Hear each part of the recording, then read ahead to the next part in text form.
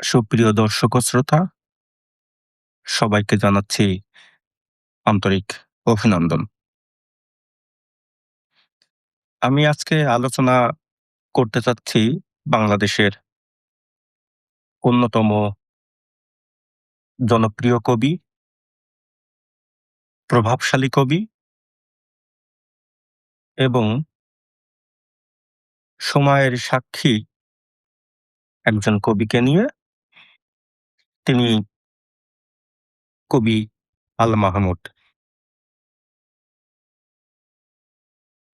আল মাহমুদকে নিয়ে আমাদের সাদামাটাভাবে নানা রকম প্রশ্ন আছে, সমালোচনা আছে। বিশেষ করে তার রাজনৈতিক চিন্তাভাবনাকে কেন্দ্র করেই এই আলোচনাটা প্রায়শই শোনা যায়। সেই বিষয়ে আজকের আলোচনায় আলোকপাত করব। আমরা কোন সাহিত্যিককে ২ টি মানদণ্ডে বিবেচনা করতে পারি। ১ম মানদণ্ডের বিষয় হলো তার সাহিত্যকর্ম। ২য় মানদণ্ডের বিষয় হলো তার রাজনৈতিক দৃষ্টিভঙ্গি। একটা কথা প্রচলিত আছে যে সাহিত্যিককে অবশ্যই সমাজ ও রাজনীতির প্রতি দায়বদ্ধ থাকতে হয় এবং এই দায়বদ্ধতার মধ্য দিয়েই একজন সাহিত্যিক সমাজ ও রাজনীতির ব্যাপারে তার দৃষ্টিভঙ্গি প্রকাশ করে থাকেন। কবি আল মাহমুদকে নিয়ে ১ম মানদণ্ডের জায়গাটাই যদি আলোচনা করি, তাহলে আমরা বুঝতে পারি বাংলাদেশের স্বাধীনতা পরবর্তী সময়ে যে কবি তার সাহিত্যকর্ম দিয়ে স্বতন্ত্র স্থান তৈরি করতে পেরেছেন, তিনি আল মাহমুদ। তিনি স্বাধীনতা পরবর্তী সময়েরই একজন প্রভাবশালী কবি শুধু নন, এই সময়ের মধ্যেও তিনি আলোচিত কবি। আমাদের তরুণ সমাজ কবিতার চর্চার জায়গা থেকে যে সমস্ত অগ্রজ কবিদের বিবেচনায় রাখেন, তার মধ্যে নিঃসন্দেহে আল মাহমুদ এগিয়ে থাকবেন। তার উপমহাদেশ, সোনালী কাবিন,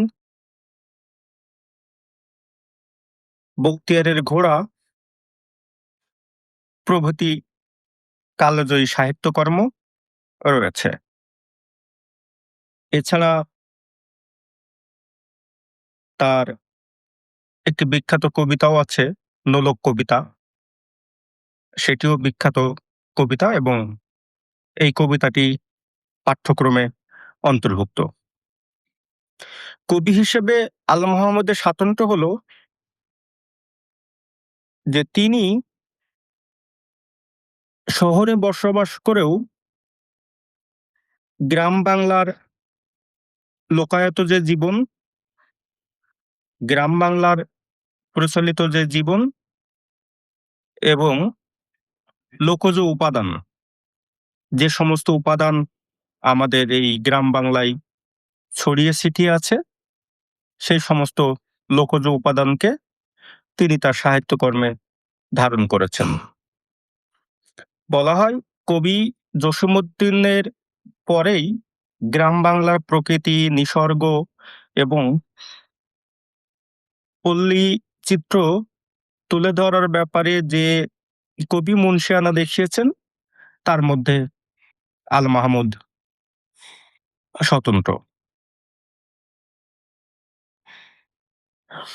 ১৯৭১ সালে যুদ্ধের সময় আল মাহমুদ বাস্তুচ্যুত জীবন যাপন করেছিলেন। তিনি আসলে মুক্তিযোদ্ধা নাকি মুক্তিযোদ্ধা না সেই ব্যাপারেও দ্বিমত বা সংশয় কেউ দেখিয়ে থাকেন।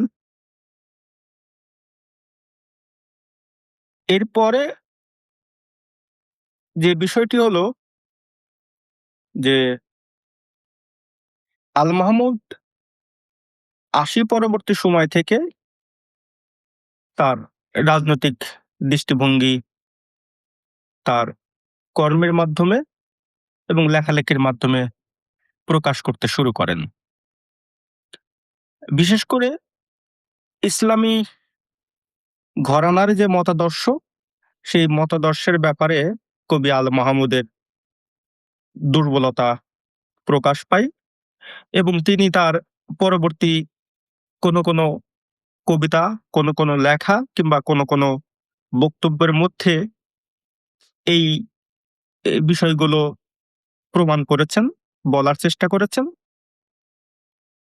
তার আরেকটি কাব্যগ্রন্থ 'বখতিয়ারের ঘোড়া' প্রকাশ হওয়ার পর থেকেই মূলত আল মাহমুদের রাজনৈতিক দৃষ্টিভঙ্গি সম্পর্কে প্রশ্ন, সমালোচনা আসতে থাকে। এবং আমরাও দেখেছি যে আল মাহমুদ জীবদ্দশায় ইসলামী বিভিন্ন সংগঠন, বিশেষ করে ছাত্র শিবির, জামাতে ইসলাম, এই সংগঠনগুলোর কাছাকাছি ছিলেন।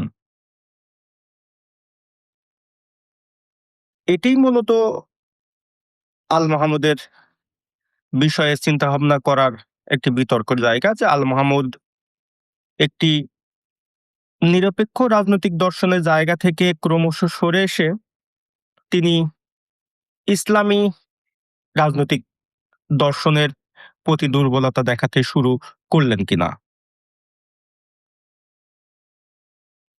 তো কোনো ব্যক্তির রাজনৈতিক দর্শন নিয়ে বিতর্ক করলে অনেক বিতর্ক করা সম্ভব। তবে এই বিতর্কের বিষয়গুলোকে পাশ কাটিয়ে আল মাহমুদকে আমরা বাংলা সাহিত্যের একজন কবি হিসেবে, একজন সফল কবি হিসেবে, একজন জনপ্রিয় কবি হিসেবে এবং একজন অগ্রজ কবি হিসেবে আমরা বিবেচনা করব। এবং আল মাহমুদ যে বাংলা সাহিত্যে একটি স্বতন্ত্র কবিসত্তার নাম এবং তিনি যে তার সাহিত্য কর্মের মধ্য দিয়ে স্বাতন্ত্র্য বজায় রেখেছেন, সেই বিষয়টি নিয়েই আল মাহমুদকে আমরা চর্চা করার চেষ্টা করব এবং আল মাহমুদকে আমরা পাঠ করার চেষ্টা করব। এভাবেই আমরা কবিকে যাচাই করতে চাই, মূল্যায়ন করতে চাই। তার রাজনৈতিক পরিচয়ের বাইরে আমরা তুলে ধরতে চাই কবিসত্তার অনন্য দিকগুলো।